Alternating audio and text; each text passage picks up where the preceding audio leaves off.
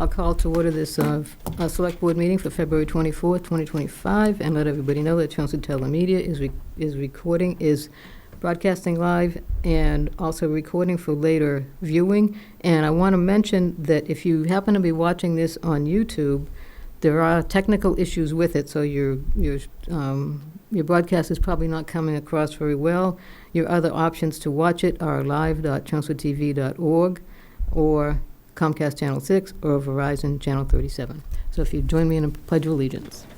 I pledge allegiance to the flag of the United States of America and to the republic for which it stands, one nation, under God, indivisible, with liberty and justice for all.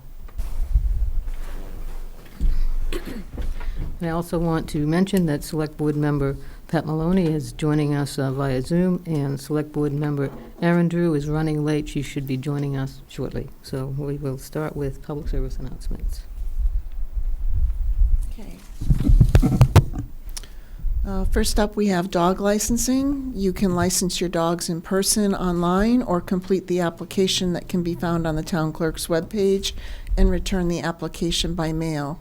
You must have a current proof of rabies vaccination. The fee is $15 for a spayed or neutered dog and $20 for an unaltered dog, and the deadline is this Friday, February 28th, to avoid late fees. If you have any questions, you can contact the clerk's office at 978-250-5205. Next up, the census is not coming soon. The census is out there, and if you respond to the census, you ensure that you maintain your voter status. It also provides proof of residency and helps us serve you better from the town offices. If you have no changes to your household, you can respond online. There's a mailing envelope, or you can drop the census off in person at the town clerk's office. Next up, we have the Freeman Lake Diagnostic and Management Assessment Draft Report is posted through the town website, and we are seeking public input on that. If you have any questions or comments, you can submit them to our stormwater engineer, Courtney Thompson, at cthompson@chelmsfordma.gov, or call her at 978-250-5228, extension 5235, and the deadline is this Friday, February 28th. Next up, there is another municipal vulnerability preparedness program survey. The survey can be accessed through the code shown on the screen or at the URL shown on the screen, and those responses are also required by this Friday, February 28th.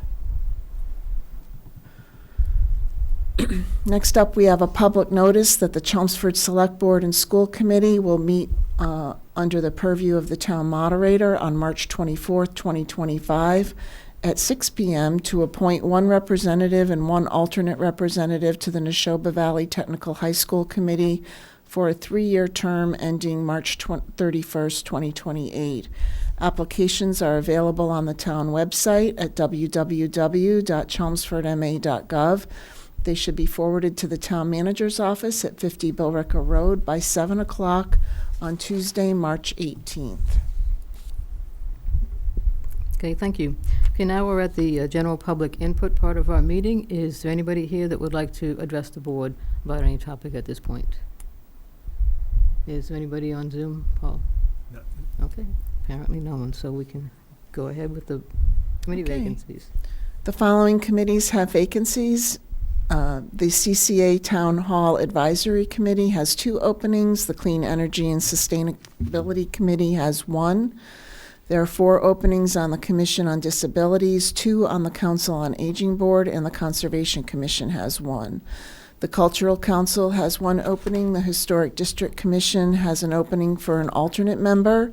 The Holiday Decorating Committee has 2 openings, and the Parade Committee welcomes all applicants for 1-year terms. The Recycling Committee has 1 opening. If you're interested in serving on a town board or committee, please complete an online application available on the town website. or for more information, you can contact the town manager's office at 978-250-5202 or email tmoffice@chelmsfordma.gov.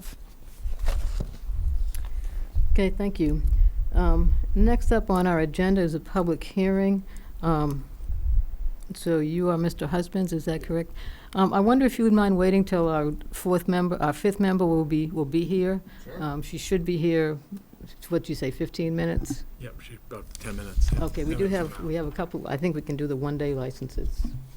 Okay. At least, and maybe some other things. So let's start with the St. John's. Yes, we have a one-day request for license from St. John's. There is somebody on Zoom? Right here. Oh, okay. Take a minute. I thought you said they were both on Zoom. Sorry. There was, Good evening. My name is Jane Saki. I live at 5 Jefferson Drive in Tingsboro, and I am the chairman of the Hospitality Committee at St. John the Evangelist Church in North Chelmsford at 115 Middlesex Road. Or Street. Street, I'm sorry. 115 Middlesex Street. On March the 15th, we are going to be having our St. Patrick's annual dinner party. And we are looking for a one-day special license for that day, for that evening, from 5 p.m. until 11 p.m. And the public is invited, $25 per ticket, if anyone's interested. And I would like to ask if you would please consider granting the one-day liquor license for us. Okay, does anybody have any questions about this application? No. Okay, and you said Pat Maloney is on Yes. is on Zoom? Yep. Okay, Pat, do you have any questions? He said no. No, okay, thank you. All right, can we have a motion? I then? will make a motion to approve the one-day beer and wine license for St. John's Evangelist Church at 115 Middlesex Street for March 15th, 2025, as presented. second, Pat seconded. Oh, Pat, you're on mute. The volume is. Either that or he's still muted. Yeah, we can't hear, We can't hear you. You're just going to have to give a thumbs up when she calls for a vote, or down. Okay, all right, so we do have roll call vote is Pat's. So George Yeah. seconded. Yes, George seconded. That's fine. Yeah, so how are you voting, George? Up. Up. Virginia? Aye. And I'm aye, so that's 4-0. Okay, Okay, Good luck. and a correction, it is a beer and wine license, it's not a liquor. yes, that's what's on the Okay, application. all right. Thank you very much. Thank you. Good luck. All right. And we also have a one-day license application for St. Vartanant's Church, and, Bruce is on the Zoom. okay. Bruce, if you want to tell us a little bit about that. Can't hear him. We on can't there. hear you, Uh-oh. Bruce. Maybe the problem is with the Zoom and not the. He told me Zoom was okay. Peter Dews called me earlier. No, We don't usually have a problem anyway. You can't hear Pat either. no. Okay. All right, Bruce, well, we can't hear what you're saying, but we do have your application here. And I don't have any issues with that. I'm willing to vote absent discussion. Pat Maloney, are you willing to vote absent discussion? Okay. Same, yeah. yeah, I mean, they're here all the time, yeah. So if you want to do a motion. Oh, yeah. So I'll make a motion to approve the one-day all-alcoholic beverage license for St. Vartanant's Armenian Church at 180 Old Westford Road for March 22nd, 2025, as presented. Second. All right. And we'll do a roll call vote. Pat? George? Aye. Virginia? Aye. And I'm an aye. Okay. If we're waiting for Aaron, do we want to break for a minute to see if Chelmsford Telemedia can get Pat's sound Yeah, I want to see if working? I want to see if I can connect back to the sound, so at least, maybe I can at least hear him. Sir, you're all set for your license, so good luck with your event. I'm going to reconnect my sound and see, maybe at least then we could hear Pat. You might be able to ask him to. Recording in progress. Christine, I'm gonna leave my sound on to see if maybe we can hear Pat. Put me through to the room. Okay, can you hear me? I can hear you loud and clear, yes. Oh. Yeah, so Okay. I'll leave the sound on, at least then we can hear Pat. Okay. Go ahead, thank you. Well, he just said something and we didn't hear him. Well, Yeah. yeah, but he's coming through his computer now. Hang on, Pat. Hang on. Oh, I think you can hear me because you're not in the right. breakout room anymore. Do you wanna Or put me in the breakout room and see if it'll Yeah, I'll work? put you in the breakout room and see if you can hear when I Okay. talk over there. Okay, If that doesn't work, just have Pat join. Either I can- either I can put him on the phone. Don't take Pat out of the breakout room. right. Let's see if that works. Test. Yeah, Pat, I can hear you now. Oh, boy. Okay, good, thank you. Can you hear me as well? Yes. Yes, Okay. yeah, It's really good, echoey. good, thank you. Do you want to put a microphone in Yeah. the computer?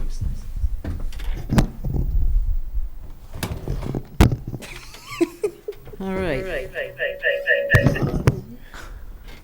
Go ahead, Pat. Oh, because I'm getting the feedback in the room. You'll have to unmute that when he's ready to talk, I think is what you're going to have to do. Just put him on, yeah, mute that for now. Okay. 6, 5. So, Is your computer muted? There we go.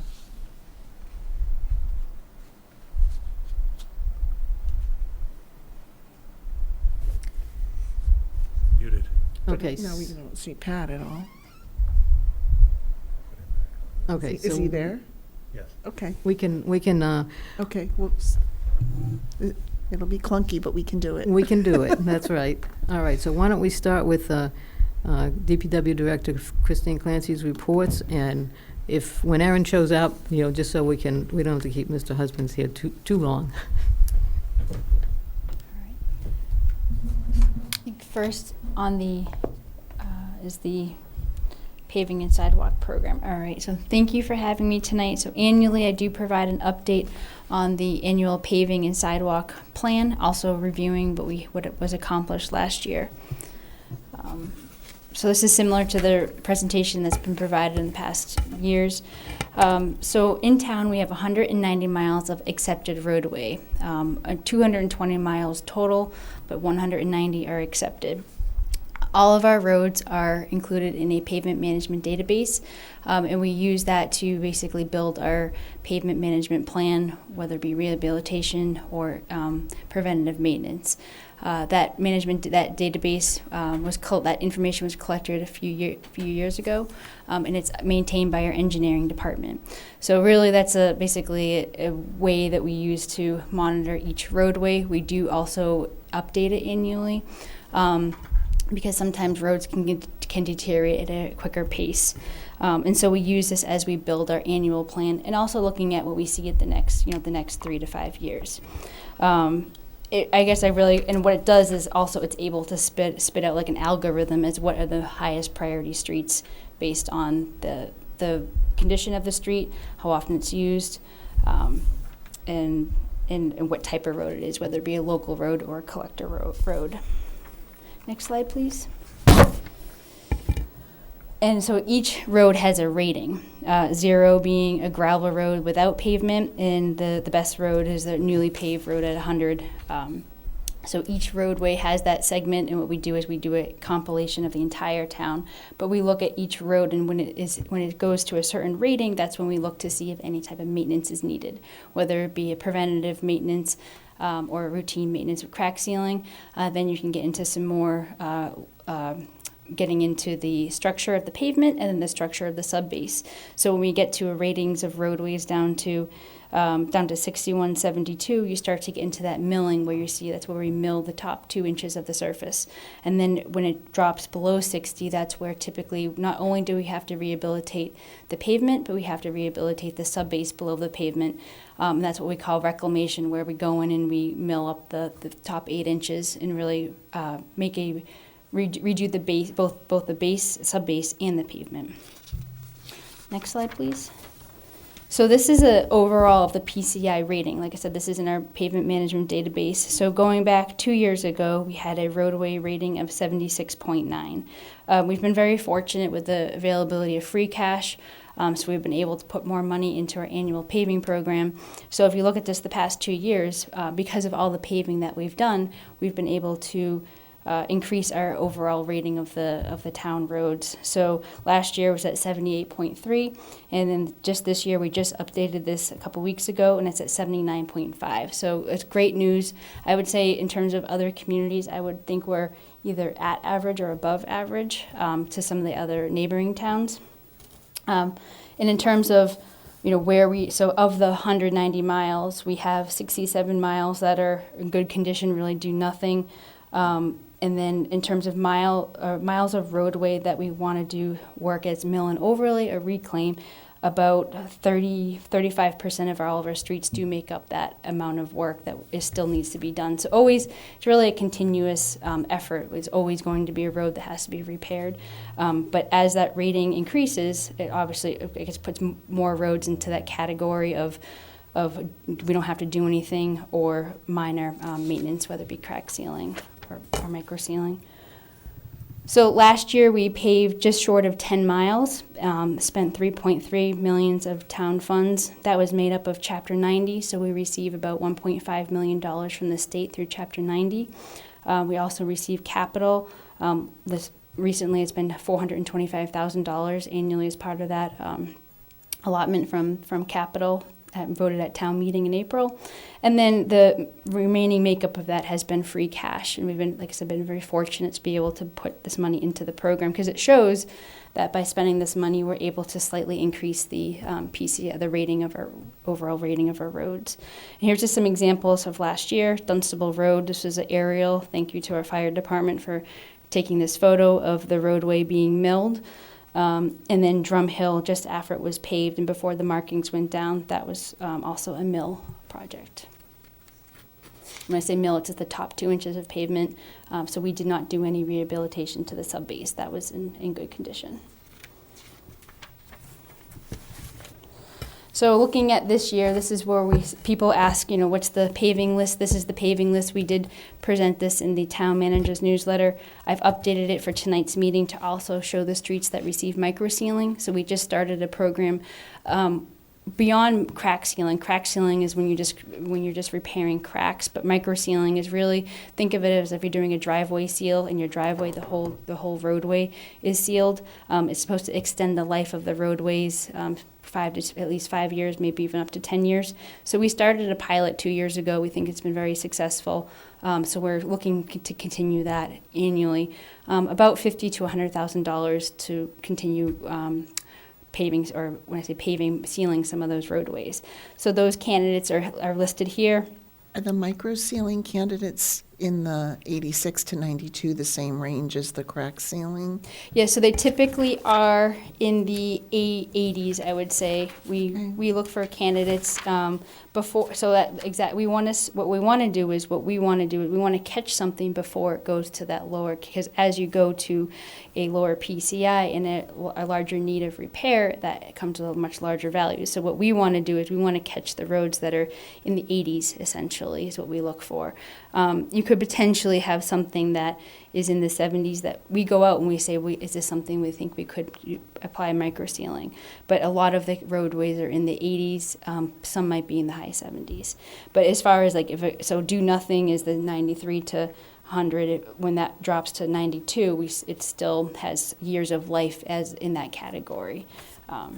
That's why the pavement management database is so helpful, because we can use that tool to plan annually and try to catch those roads before they need to go to a mill. And in the picture, in the previous slide with the Drum Hill and the Dunstable Road, those were both in pretty horrible condition, in that if we had waited another year, that could have gone to a reclamation, which there's a considerable more cost for that. So it was great to catch those roads before they went into a worsening condition.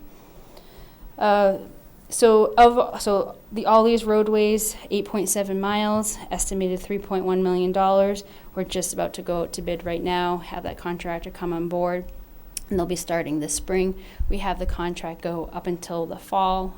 We target early October, but it's also weather permitting. If we continue that, this past year we went actually into November, or maybe even first week in December. So I would say half of the $3.1 million, about half, it's almost split between the mill and reclamation in terms of dollar value. And this is posted on our website, and this is our published list that we are going out to bid right now. Next slide, please. So aside from the roadway plan, we do also look at our sidewalk master plan. This was prepared a couple years ago by Environmental Partners. We have a total inventory of 46.5 miles of sidewalk. All of our curb ramp locations, so the pedestrian ramps, were also inventoried. Not only were they inventoried, but we have the material of it, the width of these locations, and if there's any defects, whether they be point defects or larger defects that we're looking at a length of replacement. So we use this database also as we plan our annual, when we do our annual paving list, we look to see if there's any of those street candidates, are there any sidewalks that need to be rehabilitated. That's how we prioritize a lot of our roadway or sidewalk repairs. We do try to target curb ramps annually, just because we have 756 curb ramps in town, and many of which just need some repair, whether it be it's not the right material or it's not ADA compliant. Next slide, please. And this is, so from that 2023 report, this was the makeup of the existing network. And we are going, now that we've spent 2 years in it, we're going through and going to update this distribution this spring. But we had about 8% of sidewalks that were in poor condition, and a lot of those have been included in recent sidewalk or recent plans this past year.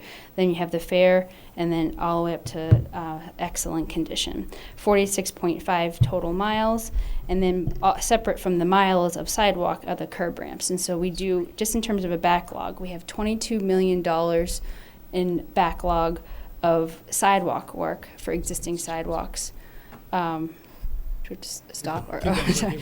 And then for curb ramps, we have $2.1 million just to repair those curb ramps that you see as you're, connecting between crosswalks. So a lot of work. Aside from that, we use the master plan to develop new locations where we can put sidewalks to better connect the network. A lot of those locations around schools, the center. And in the next slide, there's an example. I think this past year we did a good job of trying to install new sidewalks to connect that network. Next slide, please. So this is a summary of the sidewalks completed this past year, and so a lot of the effort were connecting sections of where we had missing sidewalks. So Old Westford Road, that was a section identified because it is in proximity to a school, so we added that. We added sidewalk on Parkhurst Road, that's largely near a commercial area. Then the next streets, Long Spur, Clydesdale, Windsor, Essex Place, those were all a part of the paving program, so we were able to replace those sidewalks as part of that paving program. And then we just, like I said, we do miscellaneous curb ramps. Mass DOT did a new sidewalk on Tingsboro Road from Wellman Ave down to Vinyl Square. And so in total, that was 1.8 miles was replaced or new sidewalk, and that was $810,000 of spent funds between capital and Chapter 90. Also here, just pictured Old Westford. This is where we went around a tree to add the sidewalk. Next slide, please. So 2025, our sidewalk plan this year. So we did have a plan last year for Cushing Place to add new brick sidewalk, 255 linear feet. We did get the granite in. We also paved the roadway. We were fighting the winters. We were going into really November, December, and we couldn't finish installing the brick sidewalk. So that will happen in the spring with a new contractor. So that's the first thing that will happen. Parkerville Road, that is a new section of sidewalk that we received a grant. It's 3,500 linear feet from the Byam School to the town line. That's estimated. We have a $350,000 grant for that. It does have some permitting potential constraints, but we are pursuing that this year. And then Turnpike Road, that also is a new sidewalk project. From Golden Cove up to Warren Ave. We received a complete streets grant in the amount of $500,000 to do that work, and that has to be spent by this December. So that's also, this Turnpike Road and Parkerville will go out as separate projects because there's some permitting constraints, but and then aside from that, we're focused this year on miscellaneous curbs at least 20 locations. So 1.2 miles proposed, $2.35 million. It's a lot compared to last year, and that's because alone $850,000 is coming from grants. And the Parkerville and Turnpike Road have some considerable costs associated with those installations. Christine, on the Parkerville Road, how far towards Westford is that one going to go? So right now, we're potentially going to the town line, You are. but there's potentially some significant permitting constraints there, so we might cut it short. So we're actually still determining the limits, but we want to at least spend the grant of $350,000. So from the Byam School, take us, so it's potential that it could be that 3,500 linear feet might be split into a third or half of it. So we're going to try to go as far as we can with what we can permit, basically. Okay, thank you. But the goal would be to the town line if possible. Sure. Any other questions on this plan? And then just to also summarize some other projects that are large projects just separate from the annual paving sidewalk plan. So Main Street reconstruction design. I know we've had looked at this for some years. We did do some work at Main Street at School Street, but really from that intersection all the way to Groton Road, I know we want to look at the roadway needs to be redone, but also looking at it's more of a traffic calming project. That is a considerable project, 1.2 miles, estimated $1.6 million because most of that is sidewalk on one side of the road, and then about $600,000 would be paving. It being a larger project also has potential drainage implications. Looking at the School Street intersection and the Groton Road intersection, what we want to do there, we are estimating about $200,000 in design. So we're putting together an RFP right now to go out to design that. That will make recommendations. That will also revise the cost estimate. Any other, whether it be if we have to do any intersection design, and we'll have more information, I would say, probably by this summer. When you say traffic calming, do you know is it different options they're going to look at, or? I mean, it's going to be kind of what they recommend, but in some effort, a sidewalk can be traffic calming by narrowing, so it could be a road diet. The intersection of School Street and Main Street, I think the existing, as I call it, a roundabout, it's not really a roundabout, that's really not functions as it should. So there's something there that could be done. I've done chicanes before. You can do curb extensions, but I think at least looking at a sidewalk to roadway to narrow the roadway. I don't know if you were in the position then, but when we had the fatalities on Main Street, the town did a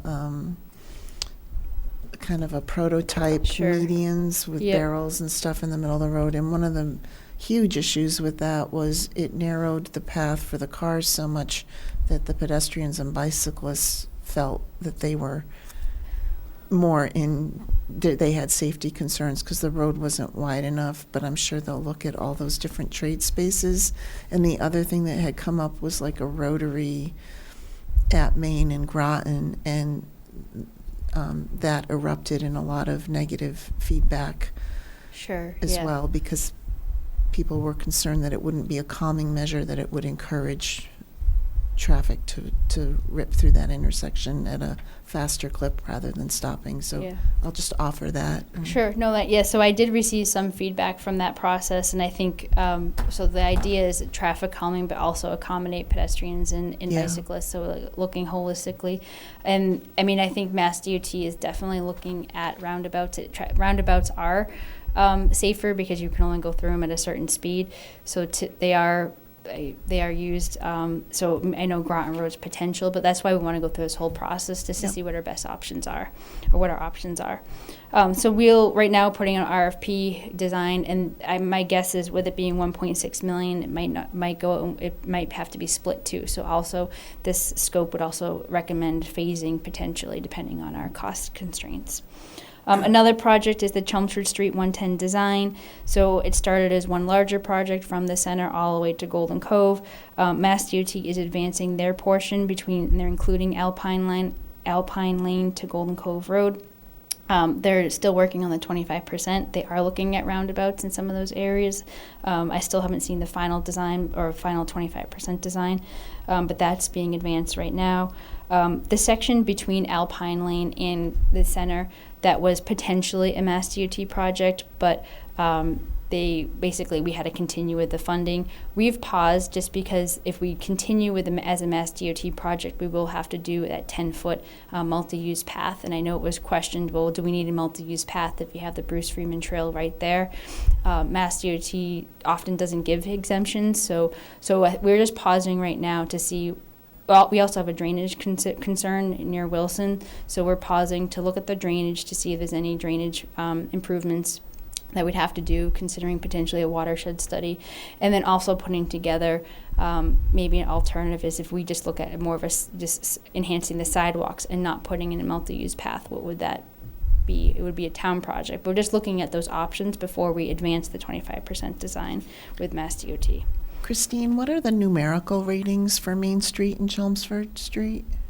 I'd have What to range check, they but I fall do in? know that for Chelmsford Street, we did a spot milling at one point, and we had to because the roadway was unraveling.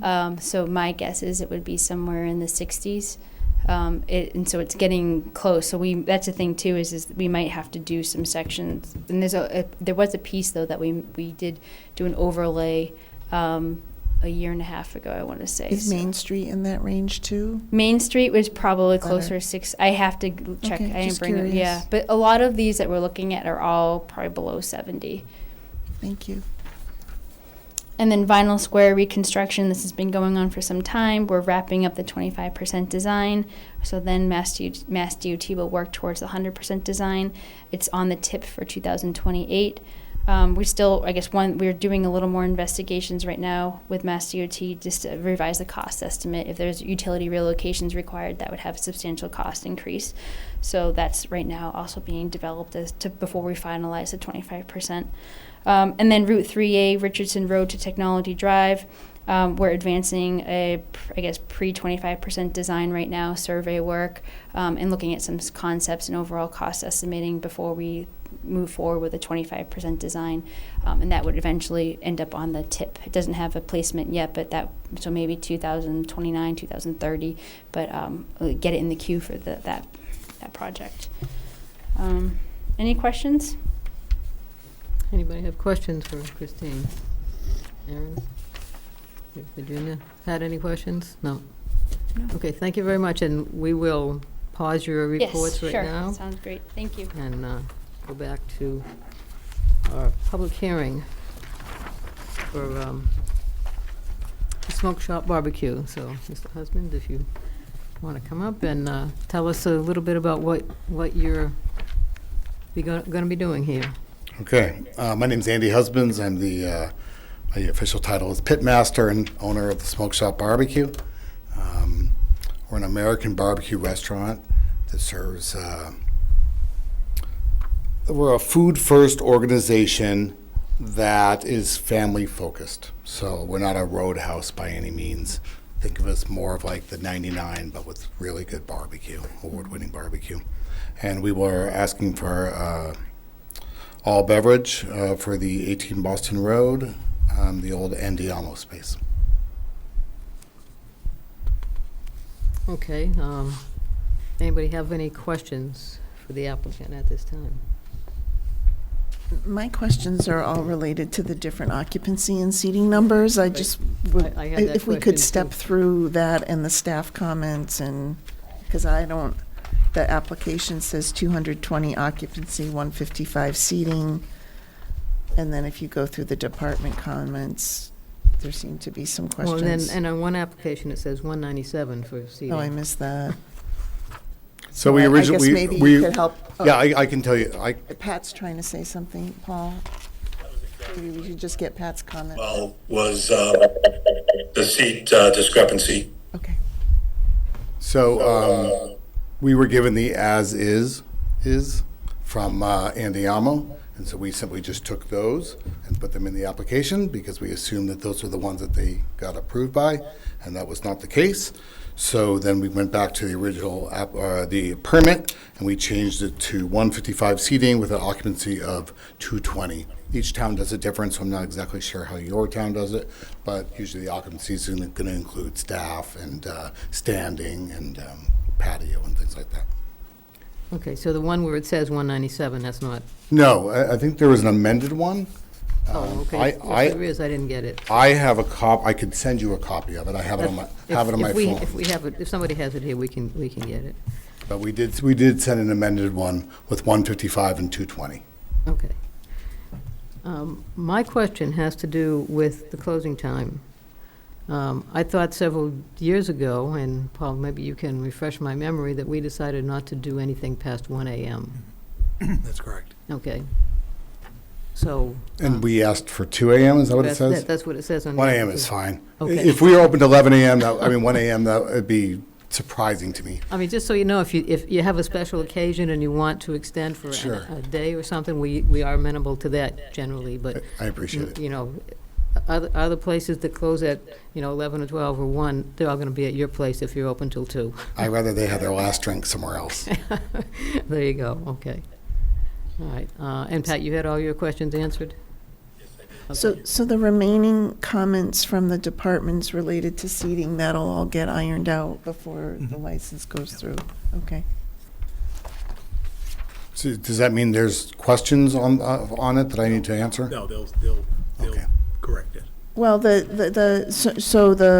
community development said the license was updated to 155 seats, but then there's like the Board of Health says the grease trap Right. size must meet the seating regulation or requirements, and then the DPW comments say they need clarification on the number of seats.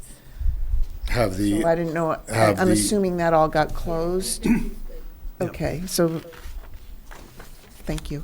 okay. I guess we're all set. Okay, so this is a public hearing. Is there anybody here in the room that would like to make any comment about this application? I don't see any. Are there any on Zoom, Paul? No. Okay, so unless. I'll make a motion to close the public hearing. Second. Okay, we have a motion and a second to close the public hearing. We'll do a roll call vote. Pat? George? Aye. Aaron? Virginia? Aye. Okay, the public hearing is closed, so, I will make a motion to approve the all alcoholic beverages restaurant license for Chelmsford Barbecue Company LLC, Smoke Shop Barbecue at 18 Boston Road, Unit 100, with an amendment that the hours of operation requested for both weekdays and Sundays will end at 1 a.m. Second. okay, we have a motion and a second. We'll do a roll call vote. Pat? Aye. George? Aye. Aye. Okay, aye. Okay, so do we have a timeline for, Yeah, when are you opening?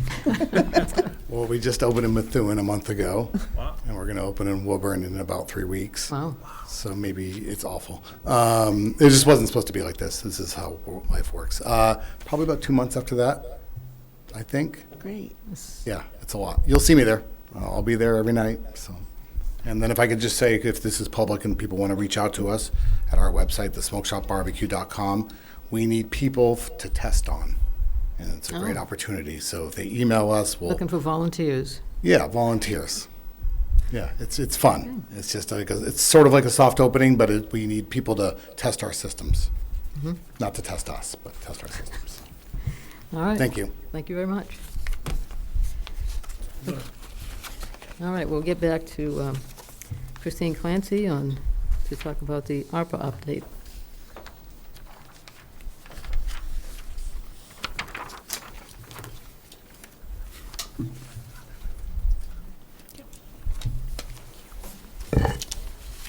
So this will be a very quick update. So as of December, this past December, we provided I guess all the funds were allocated, so every penny has been allocated to a project, and we have until this December 2026 to spend all the funds.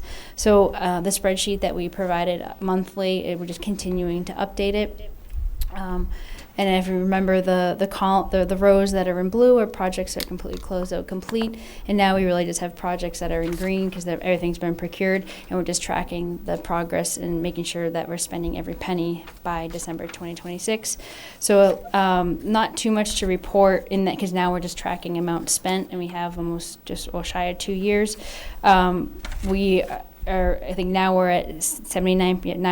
We are at 79% spent of all the money procured.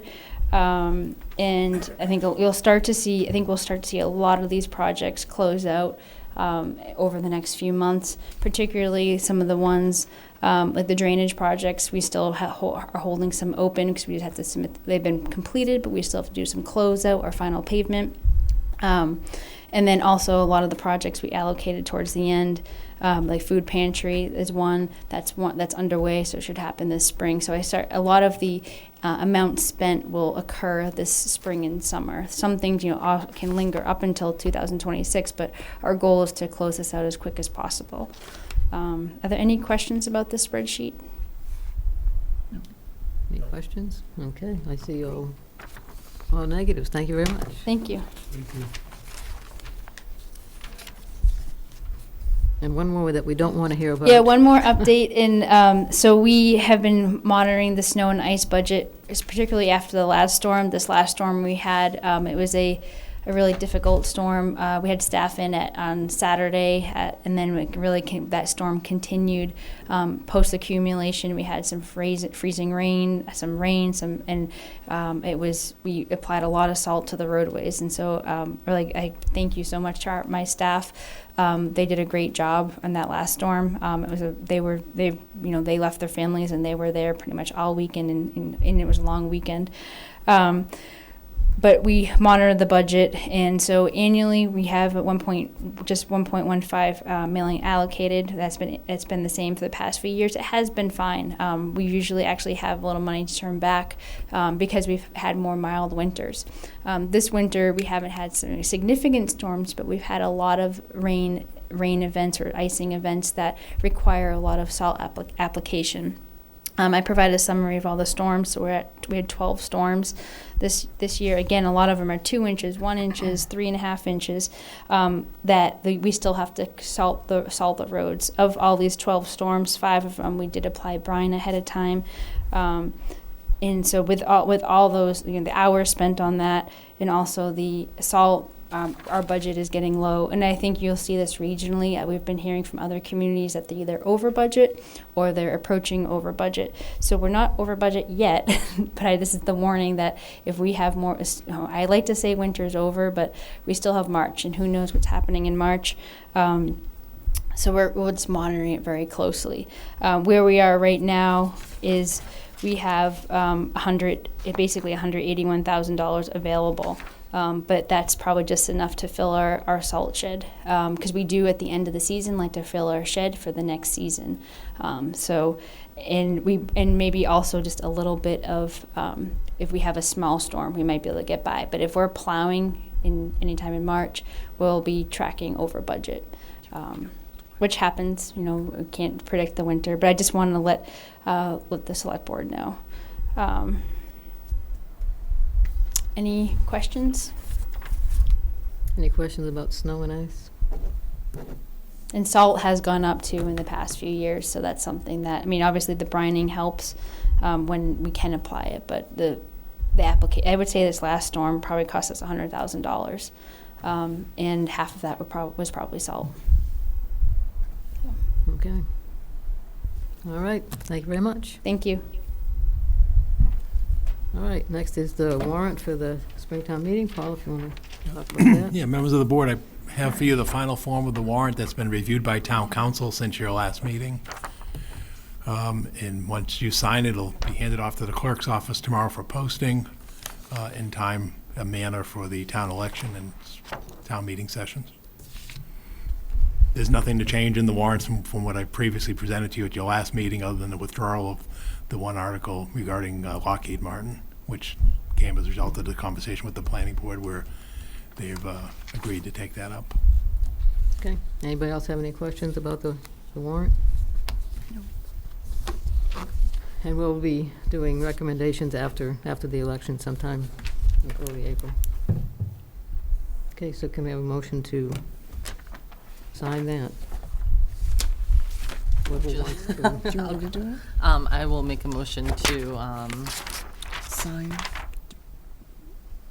sign the warrant for the April 28th spring annual town meeting as presented. Second. Okay, we have a motion and a second. We'll do a roll call vote. Pat? Aye. George? Aaron? Aye. Virginia? Aye. And I'm aye, 5-0. Thank you. All right, and we're on to policy discussion on town council appointment. I just did a quick timeline and process thing here to at least begin the discussion on how we can do the town council appointment in a more straightforward way. So I don't know if anybody has any questions, concerns, suggestions. I thought it looked good, Pat. Okay. Because the issue we were having was it was a kind of 11th hour Exactly. changes, and so I like the timeline that you laid out. I just had a question, more of an education for me. Is a 1 to 3 year term a typical term for town council? Yes. Because we've been Yeah. doing 1 year No, and every time. Right, and it seems like it wasn't comes sure up so why. quickly, yeah. Yeah. A year goes by awfully quickly, so, maybe if we If you have a new one, maybe you do it for a year to see how Yeah, it plays out. so any other questions, concerns? What is our current agreement, 1 year? Yes, We did do 1 it's year. up, it's up June 30th this year, yeah. So if we're all right with it, I'll bring it back at the next, To vote, yeah. yeah. And if anybody thinks of anything in the meantime, you can let me know. All right, thank you. That was easy. Okay, now volunteer recognition. You want to lead that one, Paul? Yeah, as the board, one of the goals, and we'll be getting to the goal summary shortly, was for volunteer recognition. And when Pat and I presented a few months ago on this, the notion was to present it in conjunction with the volunteer fair, which is now upon us. It's coming up on the next month in March. And so the thought is to not only to recruit volunteers at the volunteer fair, but also to, thank those existing volunteers and also encourage people to volunteer by seeing that, but most especially by recognizing people who have contributed, an outstanding effort in the town, very similar to other, noteworthy recognitions. And I think the sense is like most things in the long term, there's a process and people can submit nominations and so forth, but I think probably for the initial to do that, I think it would probably be best done by the select board and then, again, set it into motion. So we're going to undertake that on the Saturday, the 22nd, right? 22nd from 1 to 4. And I think the idea would be to do the recognition at 2 p.m. and that way it's a fixed time, so that way people who are on it will know what time, and then people who want to be there for the event would take place at that time. And then obviously it would be part of the flow with it and just, be a brief ceremony and then do the presentation at that time. I don't know if the board has any other thoughts on how basically to kick off this kind of volunteer recognition. We'd be open to it. Yeah, I think it's one of those things, we'll try it first and, this year and see how it goes and how we can improve it. When we first started talking about this, was it to recognize, like, you said those who would be recognized, was it to recognize individuals, or was it to have an event that recognizes all the I think it volunteers was in our town? Well, the other part of the volunteer fair is something an idea Paul came up with to show appreciation, so if Yeah. you want to talk about that. Right, so we would invite those to participate, and we're trying to find some reasonably priced concession to make it, to be fitting. Attract people. Attract people to the event. And so the challenge is we don't know how many people will show up. That's the issue. For example, we reached out to a food truck provider, and then the question they come back with, well, how many people are we expecting? Yeah. Now, what we do know is generally how many people are there manning tables at a given time. So the idea is to thank the volunteers, do the volunteer recognition conjunction. So that's the initiative, all in once. And we've got to get the word out basically this week and next week so that there's ample advance notice for people. But that is the intent. I wonder if maybe we could just, I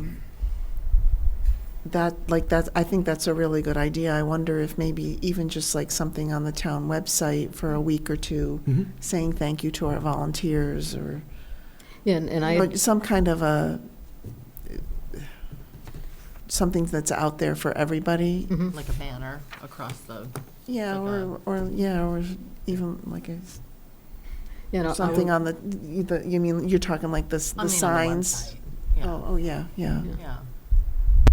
I was going to send an email to all the chairs of all the committees and have them let their members know that what's going to happen, and see how, and remind them that they can sign up for a table at the volunteer fair. In fact, Paul and I are meeting with Leslie Kimball later this week to make sure there's going to be enough space there. I don't know how many committee members, different committees would be represented. Already there's maybe 4 or 5 that go every year. But, I think we'd anticipate that more would participate. And this would kind of be in lieu of our municipal open house that we've had for the past couple of years that doesn't really seem to attract that many people.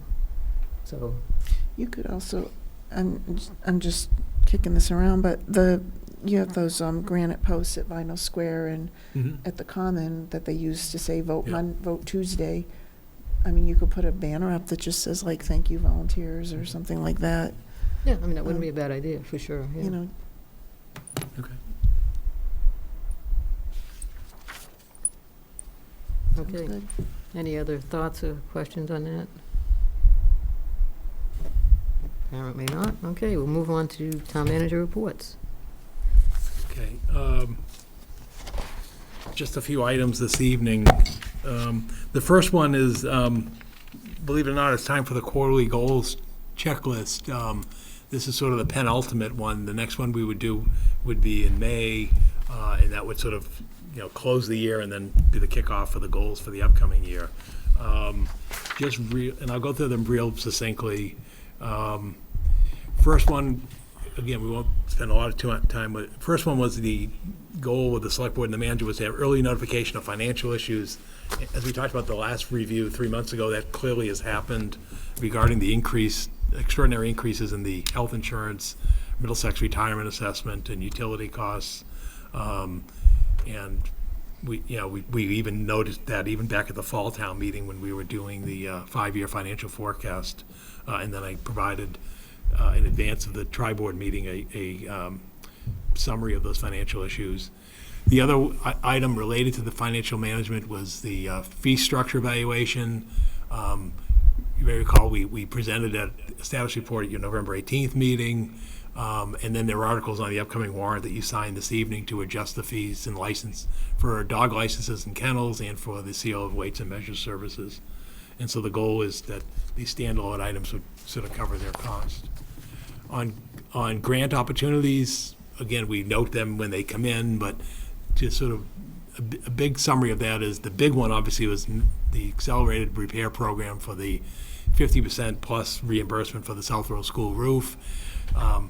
The state obviously brought us into that, which will save the town $500,000 when it's all done.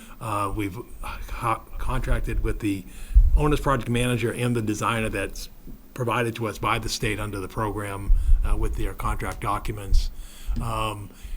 Christine Clancy noted earlier about the Vinyl Square traffic improvement grant of $60,000.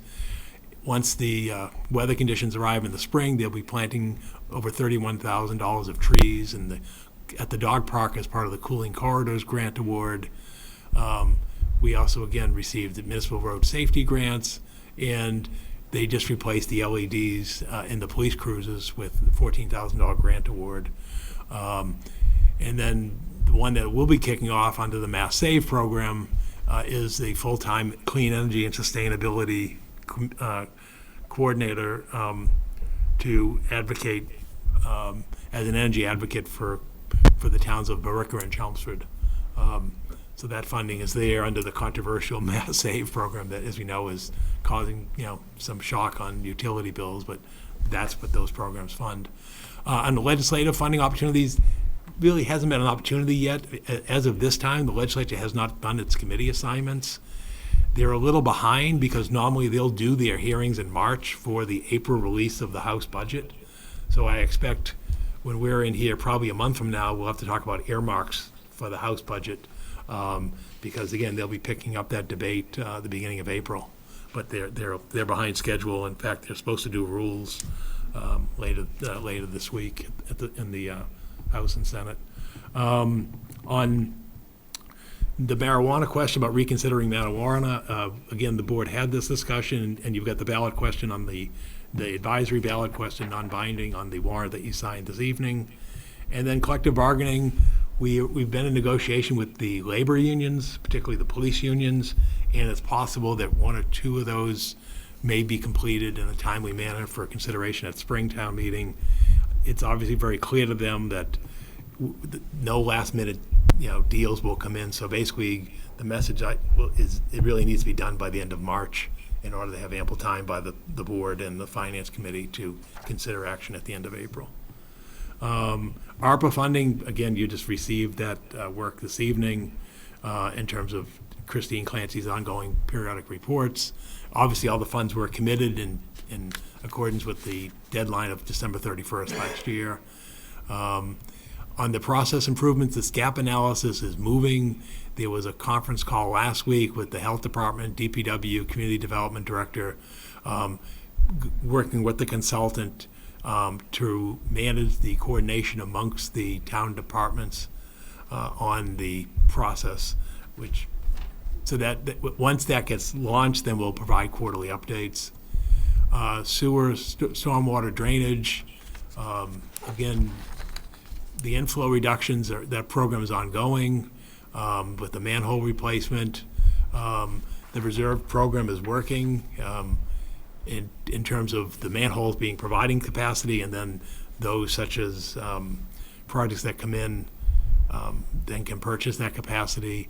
The MDRA options analysis is probably going to be available in May from the consultant, so once that comes in, we'll present it to this board.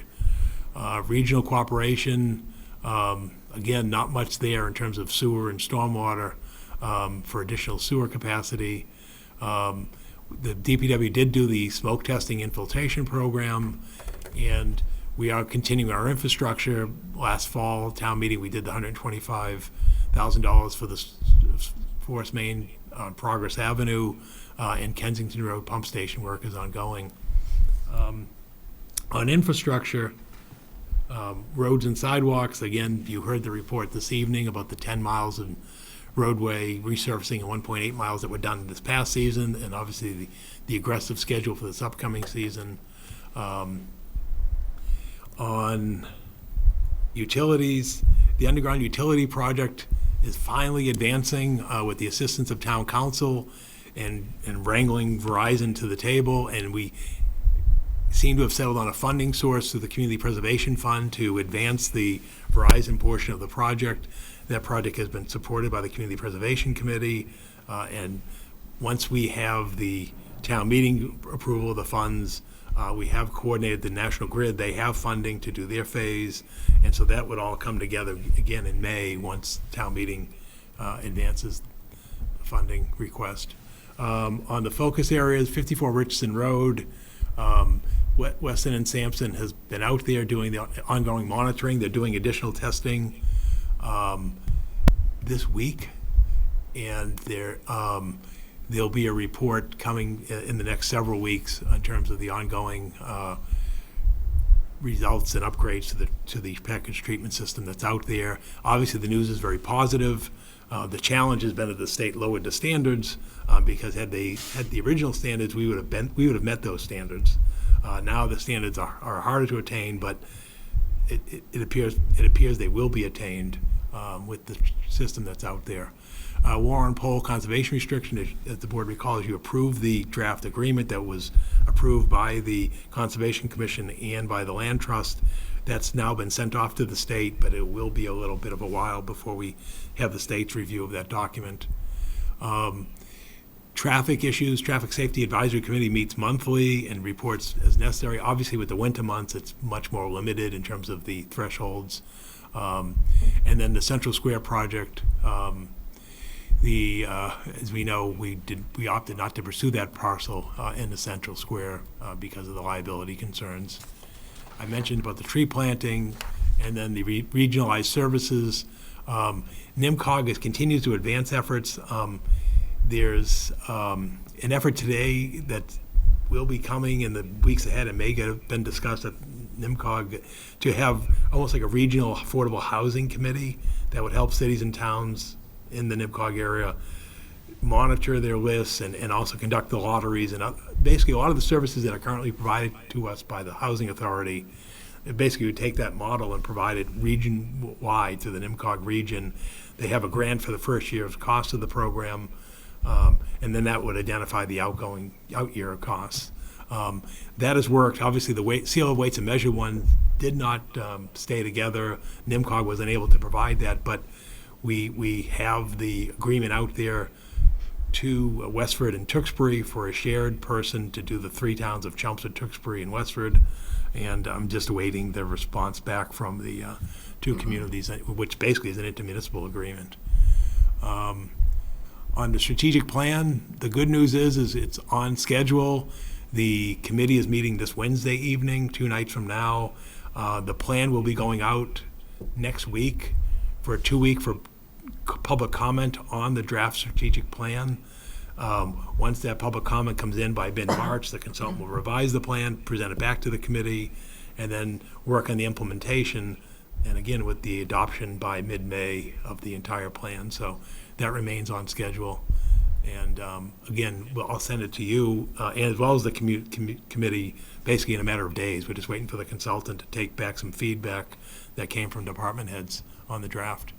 Board and committee initiatives, Fire Station Committee, we all know that was successful with the town meeting vote in November. Open Space Recreation Plan is now complete, and we're seeking funding at Spring Town Meeting to improve accessibility on open space lands. Clean energy and sustainability. I mentioned already about the coordinated effort with the town of Barica with our sustainability committee. And then the MBTA zoning support, as the board knows, we successfully revised the development agreement with Trammell Crow and Choice for 255 Princeton Street. We're still awaiting the signed subordination agreement from Trammell Crow, and hopefully that'll be here in a matter of days. And then on the housing production plan update, they're in the final phases. I know George had a meeting on that last week, but that is wrapping up as well. So the updated affordable housing plan will be forthcoming. ADUs and the planning board, as we noted less than a month ago, the state's new regulations kicked in, and the town meeting adopted regulations and bylaws in conformance with that regulation on the doorstep of the implementation. And speaking to the building commissioner, we have received a few applications, so he has 30 days to review those. And he is hearing from the meetings they're having with the building inspectors around the state and others that the adoption of that zoning regulation was very helpful, because there's a lot of confusion out there of what's allowable under the state regulations, and therefore having the zoning, has really made it bearable in Chelmsford. On the MSBA school project, as we mentioned earlier, the big one is the Parker Middle School project. We're now in the project feasibility phase for that. They'll be out advertising soon for the owner's project manager and then design for that project. And then for the accelerated repair, as I mentioned, the owner's project manager and the design phase have been signed because the state assigns those for this project. And then going back to the fire one, tomorrow night's permanent building committee, the proposals were received, they've been reviewed by the committee, and they're going to be recommended for discussion at the permanent building committee meeting tomorrow night, and then come back here for final approval. So it looks like that is, and in speaking to the public works director who's here in the audience, the good news is there was a unanimous consensus on the preferred firm. So that's always comforting that everybody agreed on who to move forward with for that project. The 250th birthday celebration, that's been a little lackluster, and you may have saw the story in the Globe that was very critical of that process about 2 weeks ago. We applied for the grant application in the one round that's been available. We were unsuccessful, and we obviously the big thing is going to happen in less than 2 months. On Patriots Day, which is the march to Lexington and Concord. And we know they've invited every living former president and every other dignitary to come. It's going to be a big deal, but that's really been the extent of the state's efforts. I think the story summarized it. The focus was on tourism as opposed to historical education of students, and I think that sort of was of where things stand at this point in time. But again, if new opportunities come, we'll apply for that. And then the Senior Center expanded inclusiveness, you recall Deb Sirianni was here at your last meeting, and the goal is to provide more outreach and inclusion to everyone. And then volunteer appreciation we just spoke about, policy updates, town council you just spoke about, and then the town manager process, that'll be later this fiscal year. And then the charter update, same thing, that'll be remainder of this fiscal year. That'll probably be fall town meeting because it has to go to town meeting and then the ballot. So that's why it would be a fall town meeting item. That's the goals update. Yeah. You have any questions or comments or suggestions, I'll take them. If not, I'll move on quickly to the remainder of my report. Okay. Just wanted to note on the two other items regarding we did receive another cybersecurity grant for the calendar year 2025 from the Massachusetts Executive Office of Safe Technology Services and Security, and that project has already launched. And the good news is it's a program that is what I call high quality and reasonable time constraints from people, so we're getting good participation and the messages are real clear. And the one that came out over the weekend, which was about the idea of how you make sure you're exercising cybersecurity when you're operating remotely from the system. And so, anyway, so that was good news. And continuing, I think that's our third year in that program. And then last item I have under my report is the double pole report from National Grid. And on the surface, it was a bit alarming because the number went up, but I just want to explain what happened there.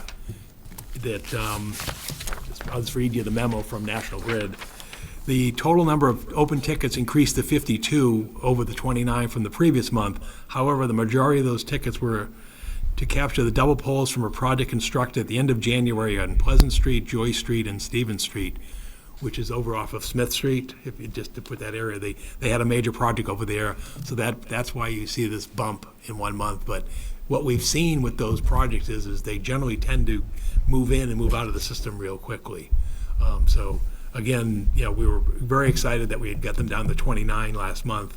This bump, I think, is be temporary, and National Grid is continuing to work on the older outstanding ones. So last time you brought this up, I mentioned one that I had seen that came at the end of December, and it is still not on here. Okay. And it's still there. Okay. It's at Kate's Corner. Okay. I will notify them. That is the one concern that we do have is what about poles that aren't on the list? Right. So, okay. Thank you. That concludes my report for this evening. Okay. We're on to meeting minutes. So first being January 27th. Anybody have any edits, corrections for those? I have a couple that didn't get incorporated. Under the call to order, the word special should be deleted. Chair Wojcik called the meeting of the board. It wasn't a special meeting. On the 27th? January 27th, it says Chair Wojcik called the special meeting of the board to order. Not on mine. No, mine neither. How does that I happen? don't know what I Yeah. downloaded from the, Okay, I'm sorry, Virginia, I'm sorry. no, this is, Wow. well, and then on page 5, under liaison reports,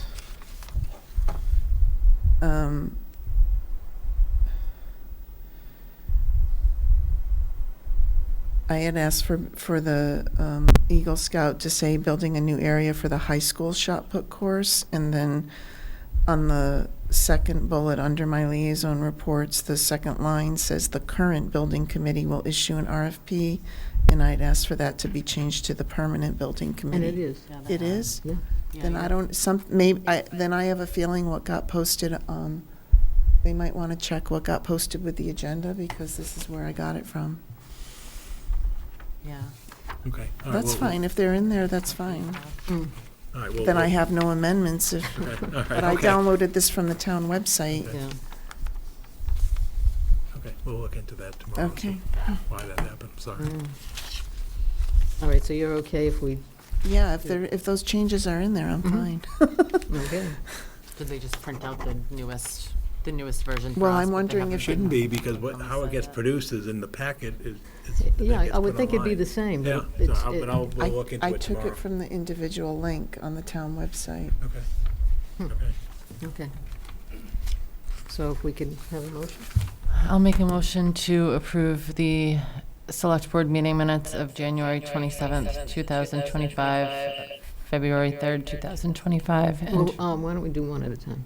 oh, okay, Yeah, sorry. please. I'll make a motion to approve the meeting minutes of January 27th, 2025, select board meeting as presented.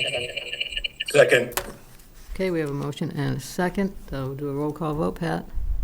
Aye. George? Aaron? Aye. Virginia? Aye. And I'm aye. Okay, thank you. All right, and now, the February 3rd minutes. Any edits or corrections on that? I was good with that. I just have one minor thing. At the very top, it says Select Board, Special Board Meeting Minutes. It Oh. probably that second board can be eliminated. Oh, The special can get eliminated too, right? No, that was the special meeting with just, Oh, you're right. Yeah. Yeah, sorry. So we do have just one amendment? Yeah, just that one edit, yep.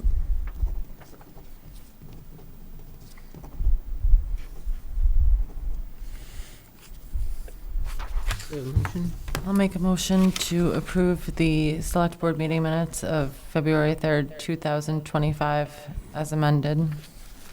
Second. Okay, so we have a motion and a second. Do a roll call vote. Pat, Aye. now you were not there. Abstain, sorry. Okay. George? That was an aye. Aye. Aye. Virginia, all right. 4-0 with one abstain. Okay, and then February 10th. Anybody have any edits, corrections for this set of minutes? Well, I might, depending what you're looking at. Just at the bottom of page 1, it's a typo. The last line says, in my version, says by not taxing the residents living Chelmsford housing. I think it should be living at a Chelmsford housing complex. the last line, yeah. Yeah, Yeah. I can give this to you, Paul. And I had one minor one also in that same paragraph, but further up, on the third line down, it says, "Town representative for over 9K residents." 9 is spelled out and then the number 9. You Oh, probably yeah. only need one of them. Just say over 9,000. Okay. Yeah. Anything else anybody has? Well, we can take a motion. I'll make a motion to approve the select board minutes of February 10th, 2025 with amendments. Second. Okay, we have a motion. Motion and a second. Pat, you're also not at that one. Pat abstained. Okay. Aye. Aye. Aye. Okay, and I'm an aye, 4-0 with one abstain. Okay.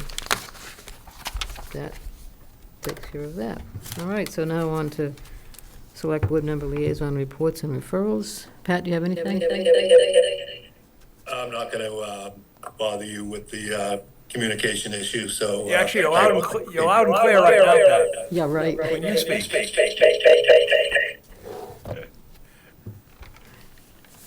Okay, so that was a no? Yeah. No. Okay. George? I just want to mention the passing of Tom Moran, two-term selectman, and a real nice fellow, great family, and I attended the wake this afternoon, and it was a nice group of people there in honor of the family, and just wanted to mention Tom would be missed. He was a good man. Yes, he was a good man. And I did tell the family we'd have the flag at half-staff tomorrow. I It's know going to be in. I know it's already, but just to let them know that we did want to recognize him. Mhm. Okay. Aaron, anything? Virginia? Yeah. So from the Senior Center and the associated committees, they just wanted to recognize the passing of George Karstens. George was a long-term volunteer at the Friends of the Senior Center, and he was also involved with the Chelmsford Elks and the Parade Committee.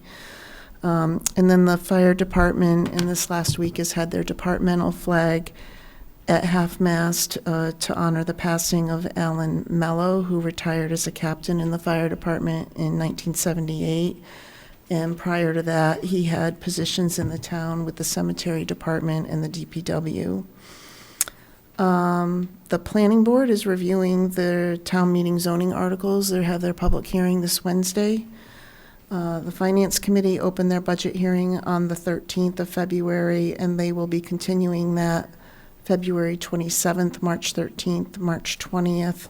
They're hoping to close on March 27th and get the book published, but they're holding April 10th as a backup. So those are all Thursdays. I guess I'll also mention the school committee public hearing for their budget is tomorrow night, if anybody's interested in that.